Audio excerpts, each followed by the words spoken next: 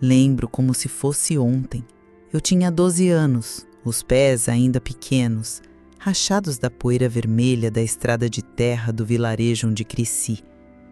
Minha mãe me penteava os cabelos com os dedos, com o cuidado de quem embala um sonho. Ela dizia que aquela senhora da cidade grande tinha prometido me levar para estudar. Disse que era a chance da minha vida, que eu podia virar alguém. A gente era muito pobre. Dormíamos em 3 no mesmo colchão. Meu pai já não estava mais com a gente. E minha mãe chorava baixinho à noite, pensando que ninguém via.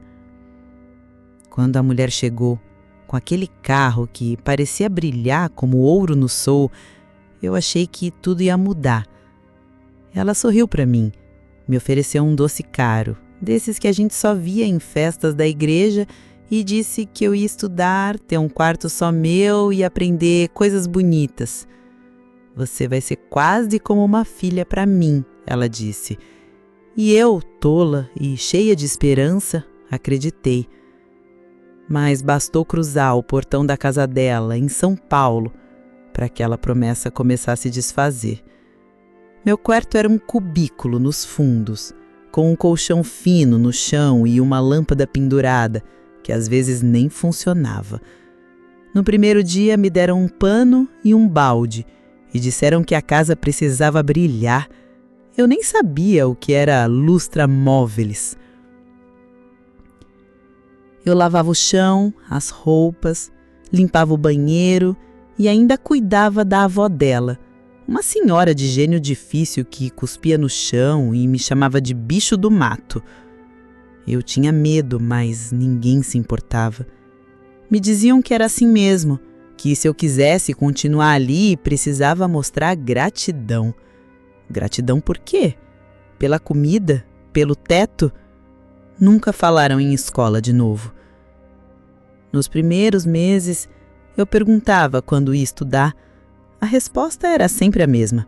Mais pra frente, agora não dá tempo. E esse mais pra frente durou 25 anos. A escola virou só uma lembrança, um cheiro distante de caderno novo que nunca tive. Não recebia salário. Às vezes ganhava uns trocados, 2, 5 reais para comprar pão ou shampoo. Só que teve um tempo em que nem isso.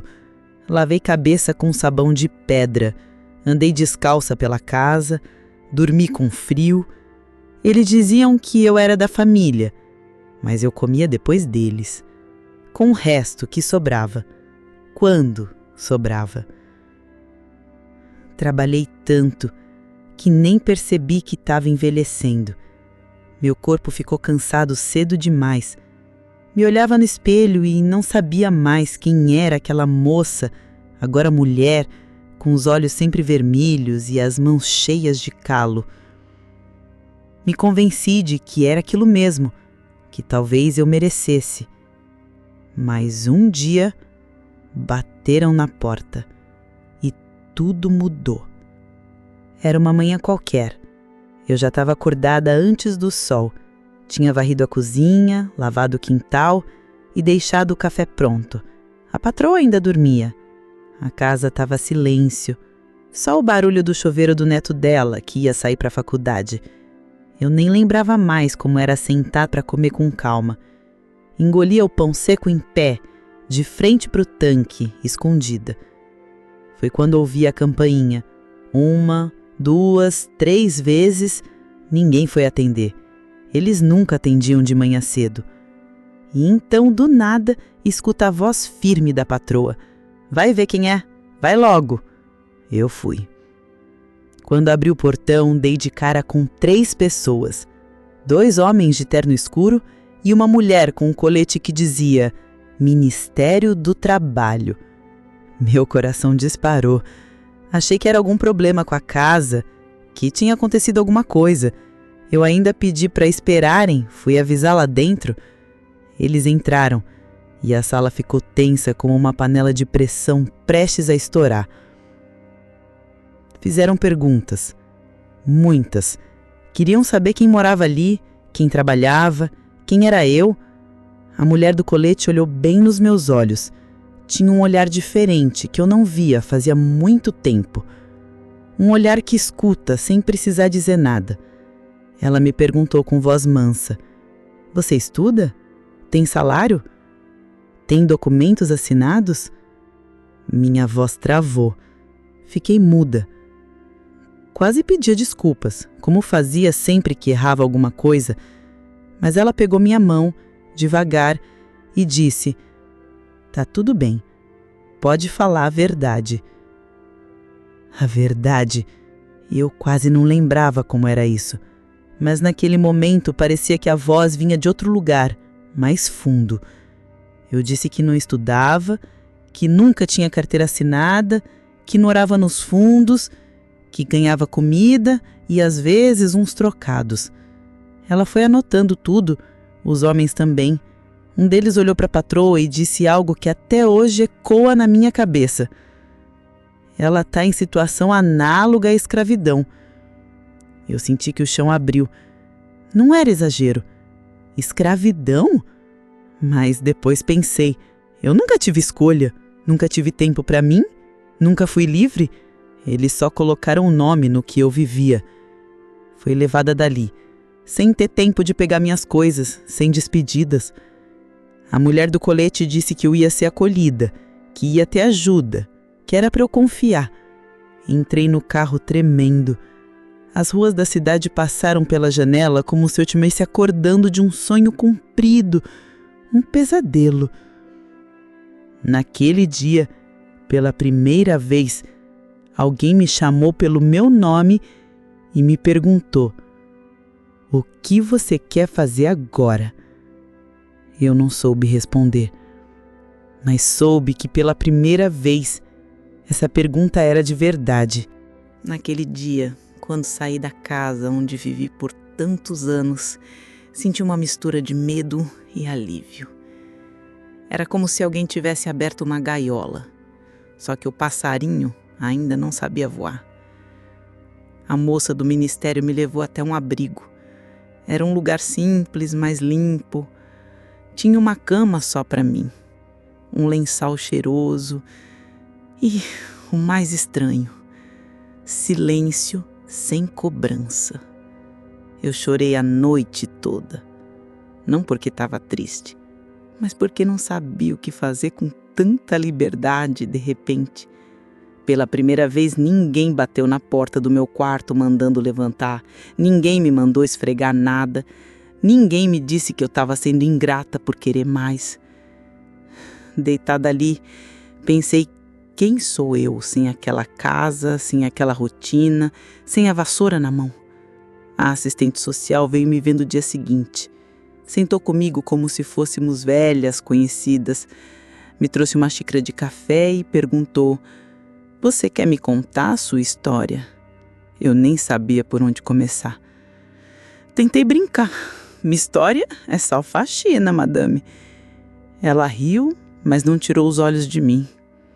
E ali eu fui falando das dores, dos aniversários esquecidos, dos natais trabalhando enquanto a família deles trocava presentes, das vezes em que dormi com fome para não incomodar.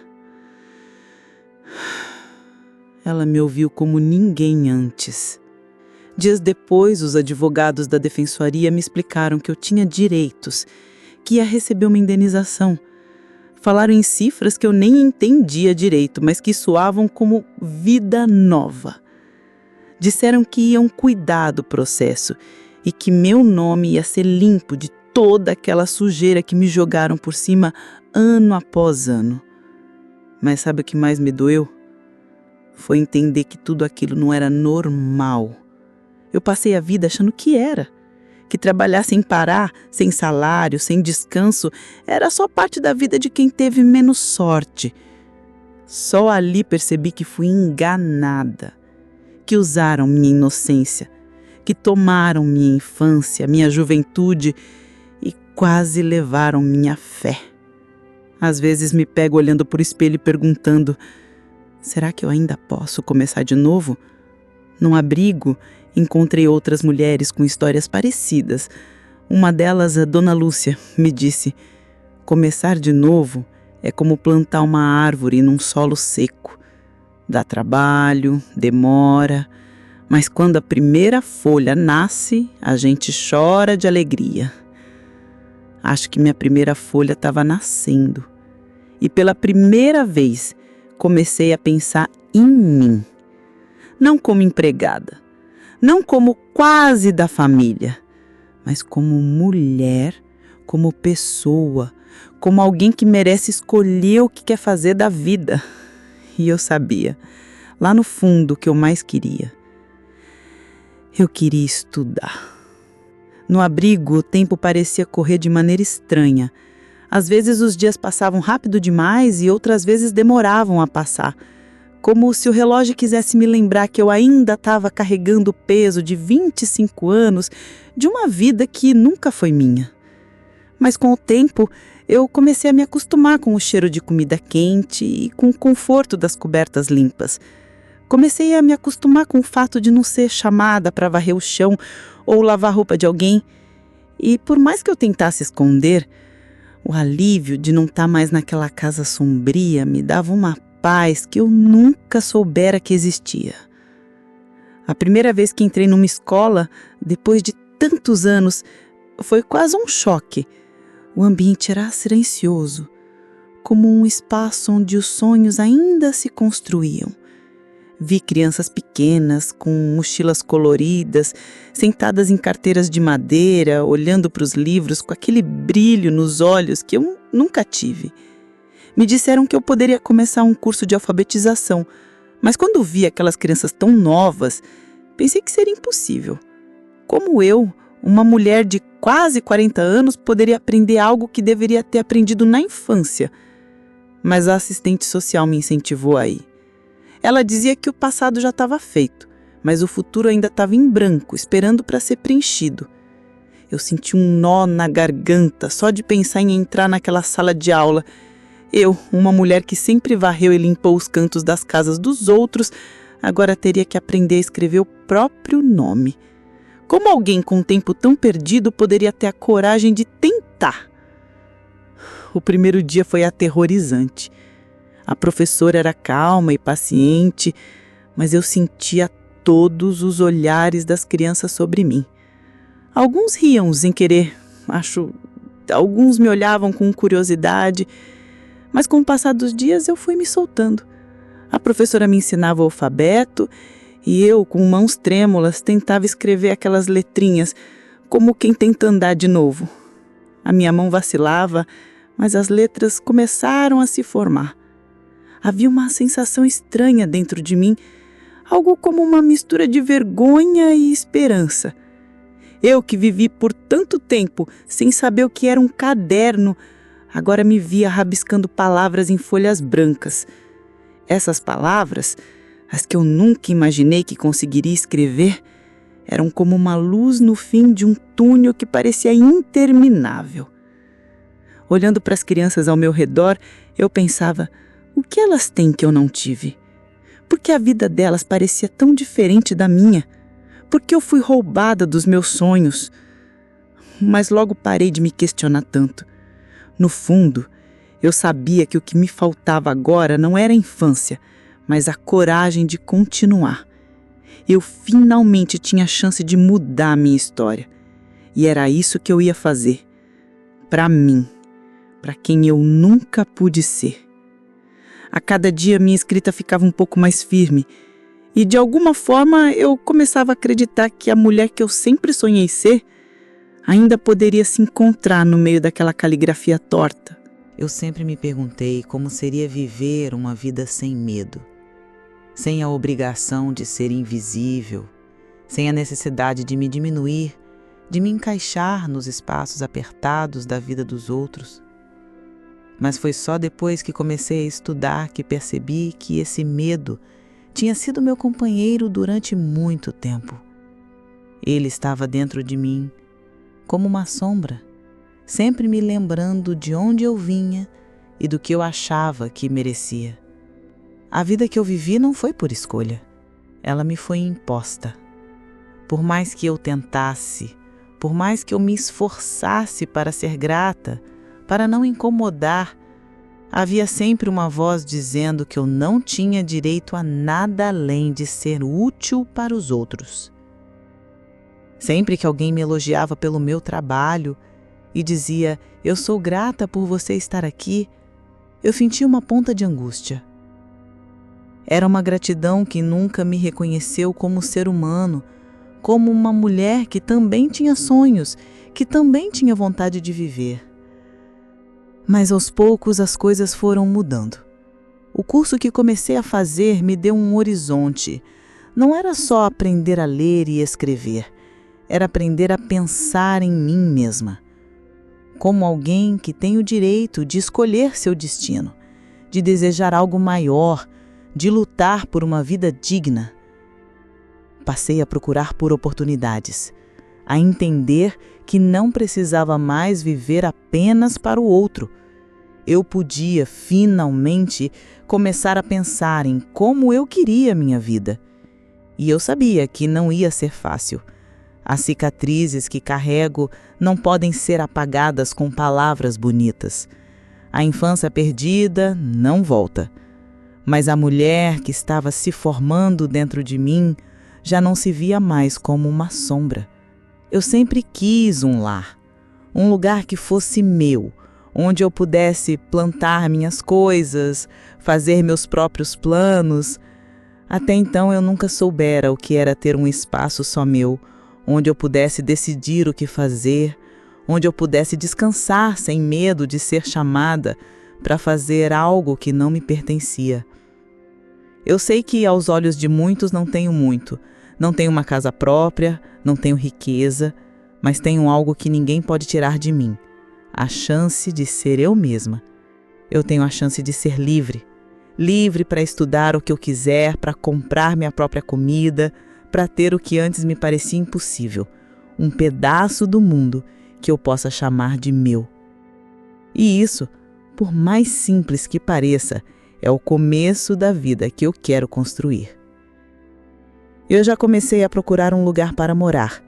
Talvez não seja muito, mas é o suficiente para dar o primeiro passo. Sei que posso começar de novo, que posso viver a vida que sempre sonhei. E ao fazer isso, eu sei que não estou apenas fazendo por mim. Estou fazendo por todas as mulheres que, como eu, ficaram invisíveis de mais tempo demais. Eu sei que a caminhada é longa, mas cada passo agora é um passo de liberdade.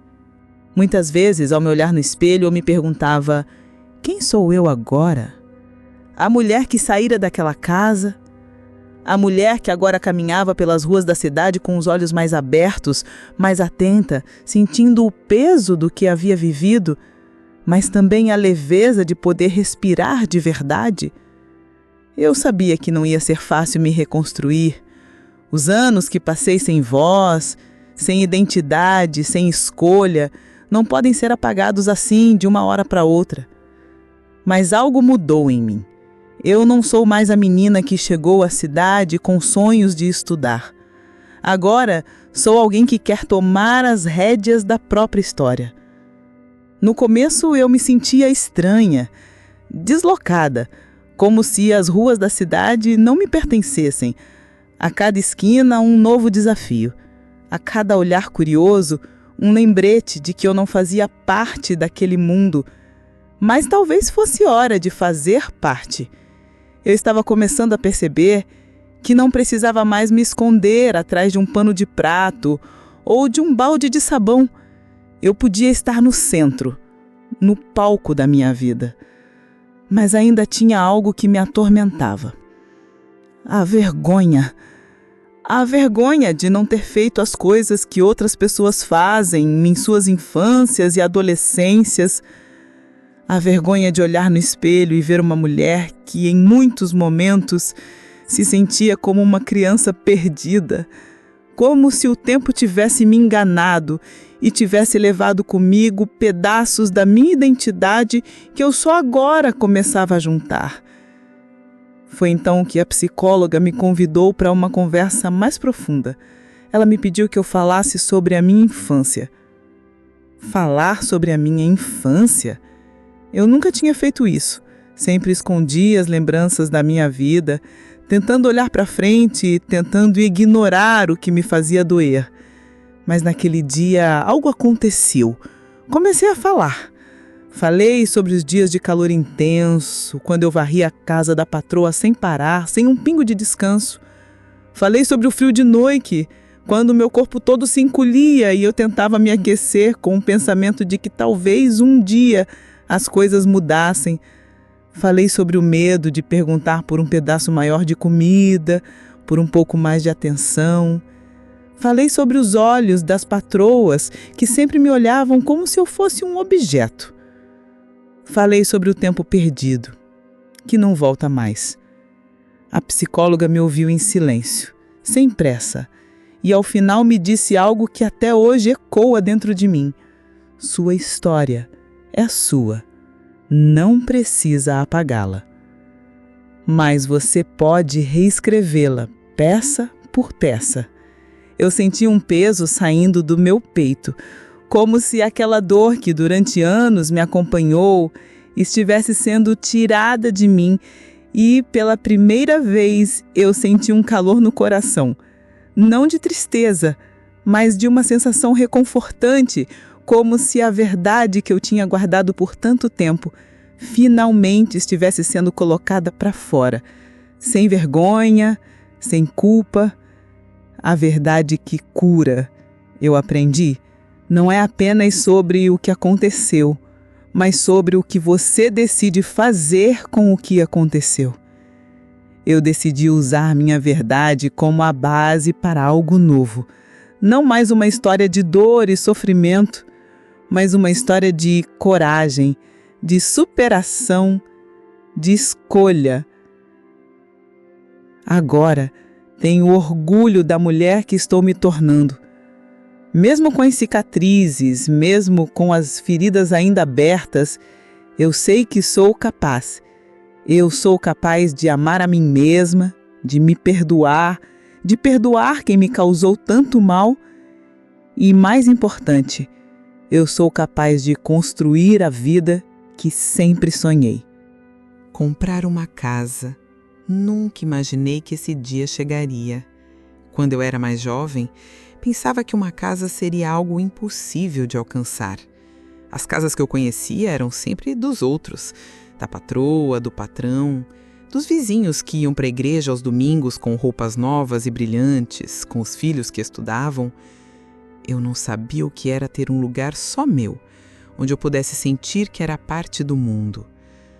Mas agora, com o dinheiro da indenização que recebi, eu estava em busca de um lugar que fosse meu. O começo foi difícil. Eu não sabia como escolher um imóvel, como lidar com contratos, como negociar um financiamento. Mas tudo isso, de alguma forma, me parecia tão pequeno diante do que eu já havia enfrentado. Fui para os sites de imóveis, liguei para imobiliárias, conversei com quem pudesse me ensinar. Cada passo parecia uma conquista, uma pequena vitória que eu nunca pensei que poderia ter. Eu me lembro da primeira vez que entrei em um apartamento à venda. Era simples, pequeno, mas tinha algo ali. A luz entrava pela janela e eu sentia um calor bom no peito. Era como se o sol estivesse me dizendo: "Você finalmente chegou." Sentei no chão da sala vazia e fiquei ali, olhando as paredes, imaginando o que eu poderia fazer com aquele espaço.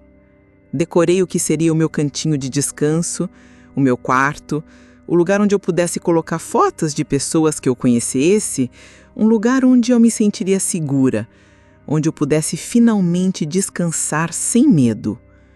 Quando o contrato foi assinado, eu senti uma mistura de emoções: orgulho, alívio, uma felicidade contida. Não era só uma casa, era a casa que eu nunca tive, a casa que meus filhos, se um dia eu os tiver, também poderiam chamar de casa.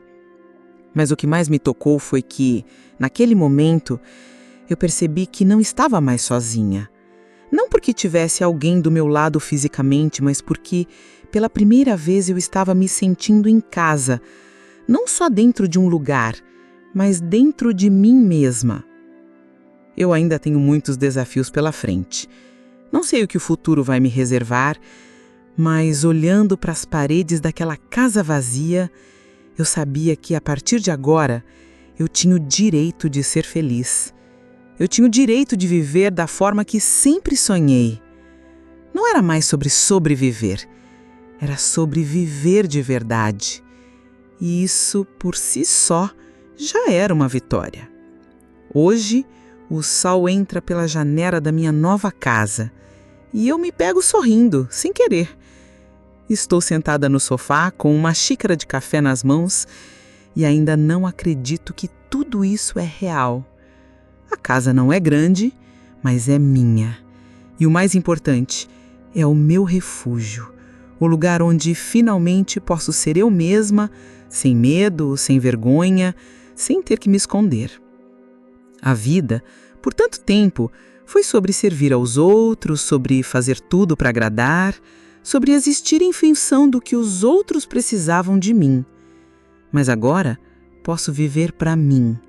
Eu posso escolher o que quero fazer, onde quero ir, como quero viver.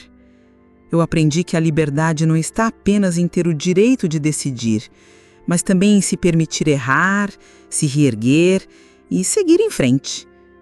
Às vezes me pego olhando pela janela, observando as pessoas passarem na rua, crianças indo para a escola, jovens indo para o trabalho. Me pergunto o que seria de mim se eu não tivesse sido resgatada, se eu tivesse continuado naquelas condições. Mas logo me dou conta de que essa resposta não importa mais. O que importa é que eu estou aqui, agora, e posso fazer escolhas. Eu ainda tenho a aprender. Cada dia é uma lição nova. Mas o mais importante é que hoje, pela primeira vez, sinto que tenho controle sobre a minha própria vida. E quando me olho no espelho, vejo uma mulher que não é mais apenas uma sobrevivente, mas uma lutadora, uma pessoa que teve a coragem de recomeçar. Eu ainda tenho um longo caminho pela frente. Quero estudar mais, quero entender o mundo melhor, quero, quem sabe, ajudar outras mulheres que passaram por situações como a minha, para que elas também possam ter a oportunidade de se reerguer, porque eu sei o quanto a ajuda pode fazer a diferença, o quanto a empatia e o cuidado podem transformar a vida de uma pessoa. Eu sei que as cicatrizes não desaparecem e não espero que desapareçam. Elas fazem parte de quem eu sou, fazem parte da história que eu vivi, mas agora elas não me definem mais. Eu sou a mulher que escolheu se libertar. A mulher que, apesar de tudo, nunca perdeu a esperança de que o amanhã seria melhor. Eu estou aqui, com a minha casa, com os meus sonhos e com a liberdade para viver como sempre quis. E o mais bonito disso tudo é que eu sei que, ao contrário de antes, agora eu posso olhar para o futuro com a certeza de que o que vem aí depende apenas de mim. Essa é a minha história. Uma história de dor, mas também de força, coragem e, acima de tudo, de superação. Porque, no fim, o que realmente importa é o que fazemos com o que nos acontece. Eu escolhi construir um futuro diferente. Eu escolhi ser feliz. E, no final, é isso que faz a vida valer a pena.